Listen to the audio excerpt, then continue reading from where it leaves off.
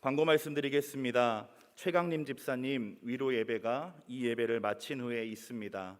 빈소는 새통영병원 장례식장 1층입니다. 함께 하셔서 위로해 주시기를 바랍니다.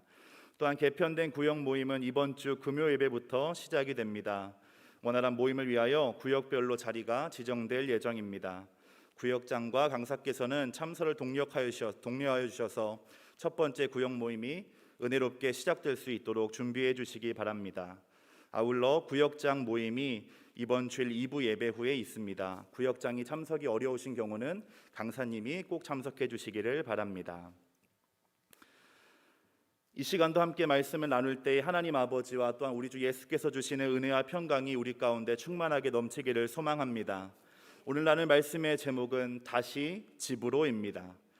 누가복음 15장을 본문으로 떠나간 아들과 그를 향한 변함없는 아버지의 사랑에 대하여서 함께 말씀을 나누도록 하겠습니다. 탕자의 이야기로도 잘 알려진 오늘 본문이 포함되어 있는 누가복음 15장은 이 말씀 외에도 잃은 양의 비유, 잃은 드라크마의 비유가 함께 기록되어 있습니다. 이 세 가지 이야기의 공통점은 잃어버렸던 것을 다시 찾았다는 것입니다. 그리고 그 다시 찾은 기쁨을 함께 나눈 것이 새 이야기가 우리에게 공히 전해주는 내용입니다. 성도 여러분도 잃은 것을 다시 찾아본 경험이 있으십니까? 들리는 소문에는 휴대전화를 냉장고에서 찾은 분이 있다는 소문도 들었습니다. 잃은 물건을 찾을 때의 기쁨을 기억하고 계실 것입니다. 그것이 소중한 것일수록 또 그것이 중요한 것일수록 잃었던 슬픔은 사라지고 다시 찾은 기쁨과 감격은 더하여졌을 것입니다. 바라기는 우리의 삶에 잃어버리는 일이 없기를 소망합니다. 그럼에도 잊은 것이 있다면, 우리가 잃어버린 것이 있다면 늦지 않게 찾을 수 있게 되기를 원합니다. 특별히 이제 중간쯤을 지나가고 있는 이 사순절 기간에 우리가 잃어버렸던 것이 있다면, 우리가 잊어버렸던 것이 있다면 다시 기억나고 되찾는 은혜가 우리의 삶 가운데 풍성하기를 기원합니다. 오늘 본문은 아버지에게 미리 유산을 달라고 하는 패륜적인 말을 했던 둘째 아들이 우여곡절 끝에 돌아온 이야기, 또한 그 아들을 되찾게 된 아버지의 이야기가 기록되어 있습니다. 둘째 아들이 아버지를 버렸던 이유, 이 아들이 아버지의 집을 떠난 이유는 무엇인가를 오해했기 때문이었습니다. 오해를 사전에 찾아보면 잘못 해석하거나 뜻을 잘못 아는 것이라고 알려주고 있습니다.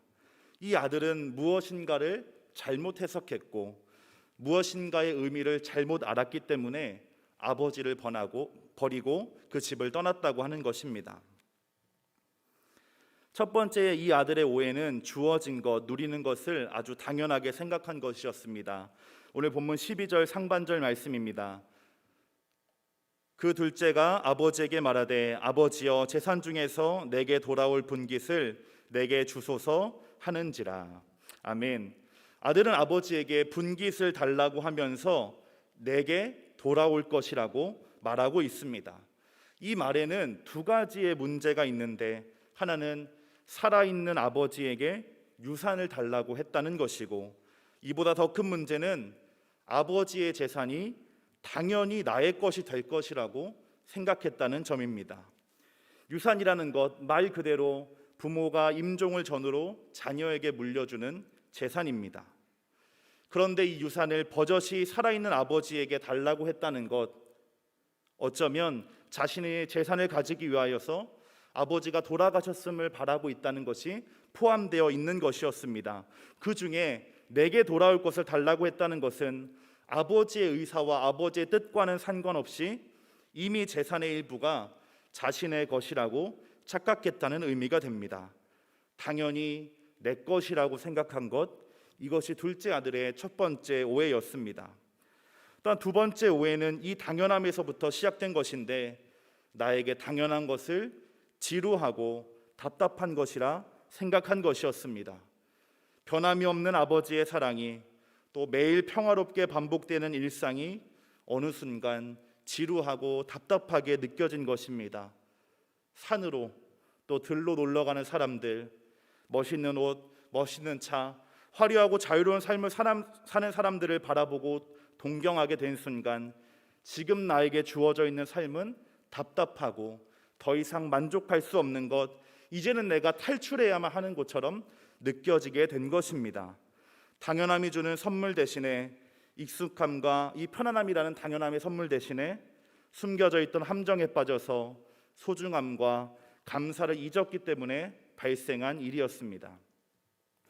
둘째 아들의 이 두 가지 오해는 당시의 상속법에 따라서 아버지가 살아있다면 본래 3분의 1을 받았을 재산을 9분의 1밖에 받지 못하게 되지만 그 재산마저 가지고 아버지를 떠나게 되는 선택을 하게 했습니다. 그리고 이 선택은 오해가 낳은 결과였고 이 아들이 앞으로 맞이하게 될 불행의 시작이 되었습니다. 생각해보면 우리의 삶에도 익숙한 것, 또 우리가 당연하게 여기는 것들이 있습니다. 그렇기 때문에 우리가 반드시 기억해야 하는 것은 익숙하다고 당연하게 여겨서는 안 된다는 것입니다. 이 사실을 잊게 되면, 나에게 익숙한 것들의 소중함과 감사를 잊게 되면 더 이상 그것들이 주는, 그 사람이 주는 선물을 누릴 수 없게 될 뿐만 아니라 그것은 또 다른 불행의 시작이 되기 때문입니다. 우리에게는 이 소중함, 이 익숙함이 주는 소중함과 편안함을 잊지 않는 은혜가 있기를 바랍니다. 우리 13절로 16절 말씀입니다. 한 절씩 교독하여 읽겠습니다. 그 후 며칠이 안 되어 둘째 아들이 재물을 다 모아가지고 먼 나라에 가 거기서 허랑방탕하여 그 재산을 낭비하더니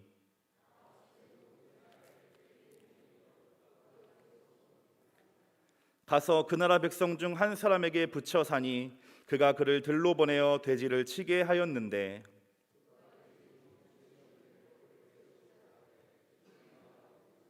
아멘. 아들은 집을 떠나면 행복이 찾아올 것이라고 생각했습니다. 그러나 오래된 명언처럼 집을 떠나면 행복이 아니라 집을 떠나면 고생입니다. 아버지의 속도 모른 채 받은 재산을 신속하게 현금으로 만든 아들은 멀리 떨어져 있는 타국으로 걸음을 옮겼습니다. 그리고 도착한 곳에서 흥청망청 아버지의 재산을 탕진했습니다. 아버지에게 이 재산은 생명과도 같은 것이었고 그동안에 흘린 땀과 눈물이었습니다. 그러나 아들은 자신의 헛된 욕심과 착각에 빠져서 그 모든 것을 순식간에 사라지게 했습니다. 그렇게 재산도 낭비하고 시간도 허비하고 자기 자신마저도 낭비한 채 살다가 자신의 가져왔던 모든 것이 다 떨어졌을 그때에 마침 엎친 데 덮친 격으로 그 나라에 큰 흉년이 들게 되었습니다. 온 나라가 맞이한 이 위기 앞에서 그전까지는 자신을 최고라고 치켜 세우던 사람들, 자신의 재산을 보고 모여들었던 수많은 사람들, 나와 함께해서 정말로 나와 영원히 함께할 친구라고 생각했던 사람들, 연기처럼 사라지게 되었습니다. 그는 한순간에 누군가의 집에 얹혀 사는 처지가 되고 만 것입니다. 오늘 15절에 있는 붙여 살았다라고 하는 것은 다른 번역에는 더부살이로 번역되어 있지만 그것은 그 집에 일꾼으로 고용되었다거나 함께 사는 동거인이 되었다고 하는 의미가 아닙니다. 이 붙여 살았다고 하는 것은 노동에 마땅한 대가조차 받을 수 없는 노예와 같은 처지가 되었다라고 하는 의미를 담고 있습니다. 그렇기 때문에 이 아들은 돼지의 사료, 가축들이 먹어야 했던 주염 열매조차 주는 사람이 없었고, 그래서 유대인들에게는 저주받을 행동이라고 여겨지던 돼지를 돌보는 상황에 처해지게 되었던 것입니다. 상황이 이렇게 흘러가게 되니 둘째 아들은 그제서야 자신의 행동을 후회했고 자신의 잘못을 깨닫게 되었습니다. 늦게나마 내가 떠나왔던 곳이 가장 안전한 곳이며 머물러야 하는 곳이라는 것을 알게 되었던 것입니다. 이때 이 아들이 한 행동을 우리는 주목하여 볼 필요가 있습니다. 17절부터 20절 상반절의 말씀 우리 다 함께 읽도록 하겠습니다.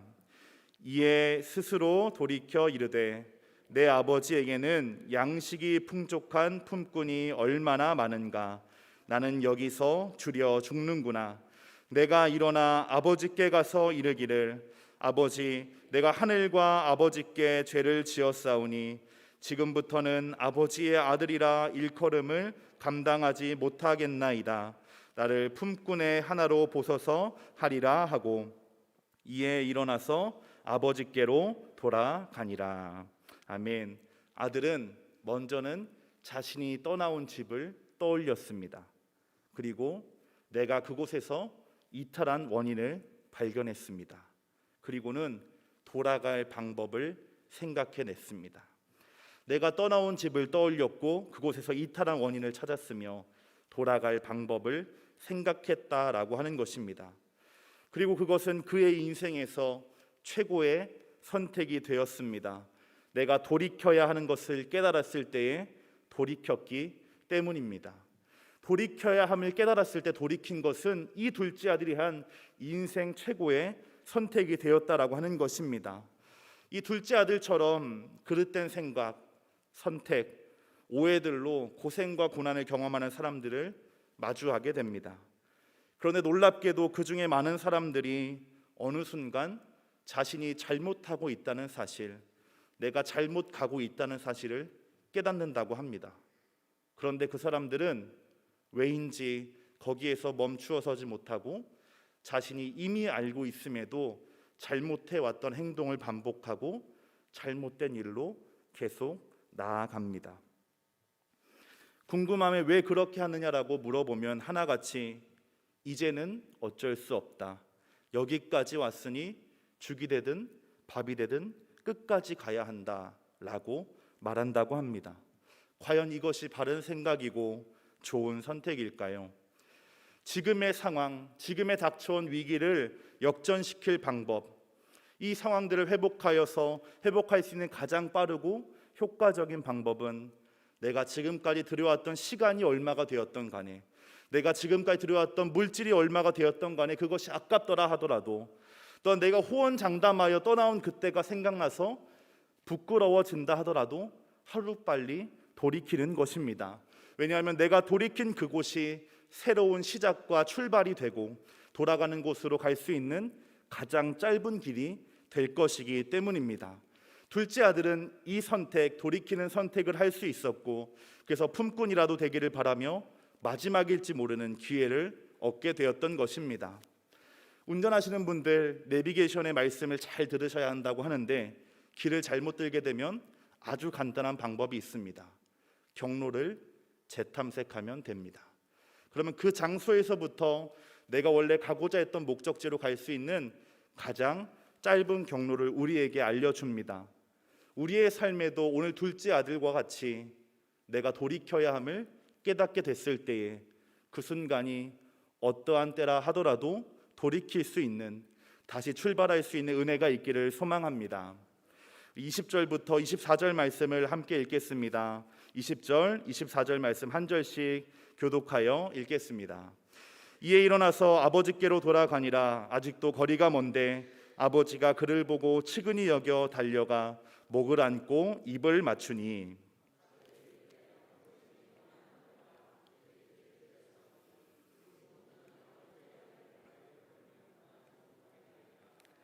아버지는 종들에게 이르되 제일 좋은 옷을 내어다가 입히고 손에 가락지를 끼우고 발에 신을 신기라.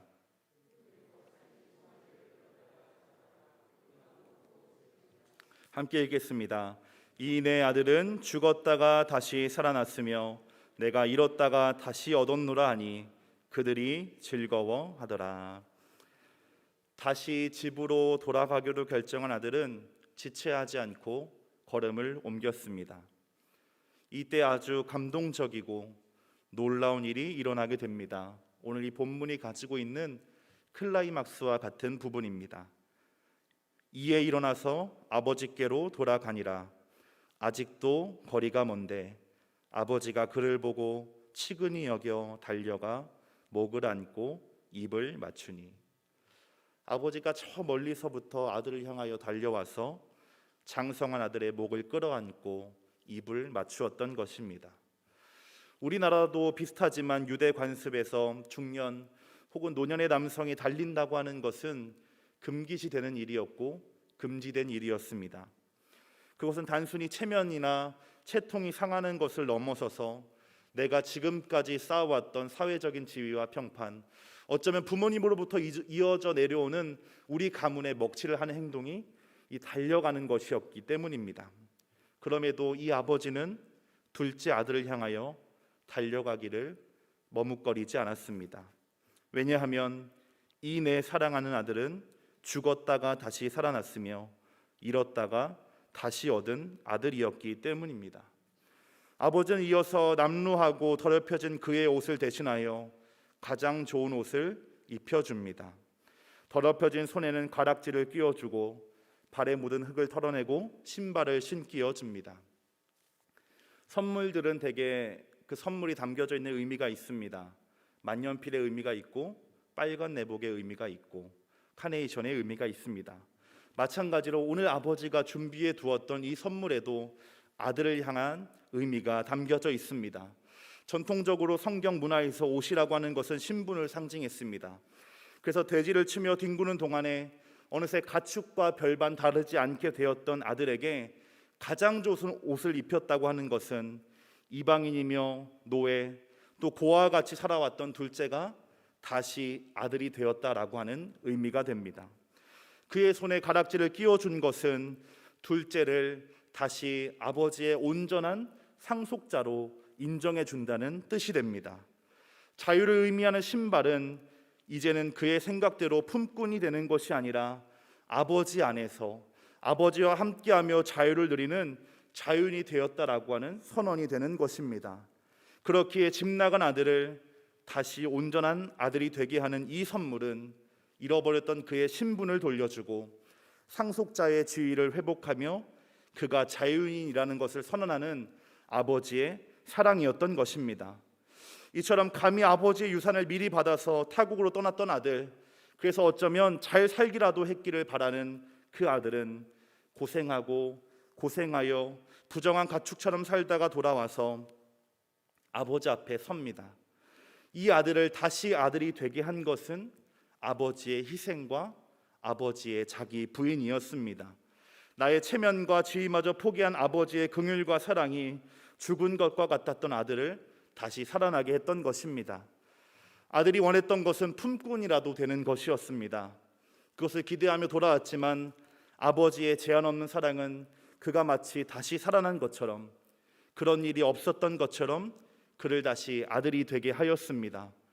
집으로 다시 돌아오기 위해서 필요했던 것은 아들의 돌이킴이었지만 그를 온전히 돌아온 사람으로 다시 아들이 되게 한 것은 아버지의 사랑이었다라고 하는 것입니다. 오늘 본문을 더 잘 이해하기 위하여 연결되어져 있는 말씀이 있습니다. 고린도후서 5장 17절 말씀입니다. 함께 우리 화면을 보시고 함께 읽겠습니다. 그런즉 누구든지 그리스도 안에 있으면 새로운 피조물이라. 이전 것은 지나갔으니 보라 새 것이 되었도다. 한 번 더 읽겠습니다. 그런즉 누구든지 그리스도 안에 있으면 새로운 피조물이라. 이전 것은 지나갔으니 보라 새 것이 되었도다. 아멘. 아버지가 아들을 맞이하고 받아들이는 과정을 통하여 그는 이제 더 이상 떠나간 아들이 아니고 부정해진 노예도 아니고 돌아온 품꾼도 아니라 새롭게 태어난 진짜 아들이 되게 했다는 의미입니다. 성서 일과에 따르면 누가복음 15장의 이 이야기는 사순절 4주차의 본문입니다. 이 아버지의 사랑은 세상을 구원하기 위하여 골고다 언덕을 올라가신 예수님의 이야기이며 또한 죽었어야 할 끊임없이 하나님으로부터 받은 생명과 달란트를 가지고 타국으로 아버지가 없는 곳으로 떠나가는 우리가 기억해야 하는 말씀이라는 것입니다. 잘못 떠나왔다는 것을 깨달았다면 돌이켜야 하고 그렇게 돌아온 자를 아버지는 온몸으로 맞아주실 뿐만 아니라 자신의 모든 것을 다하여 다시 아들이 되게 하신다는 이 복음의 이야기를 믿음으로 고백하시기를 바랍니다. 매년 이맘때 벚꽃이 필 때가 되면 반복되는 사순절이 올해도 지나가고 있습니다. 이번 사순절은 어떻게 보내고 계신가요?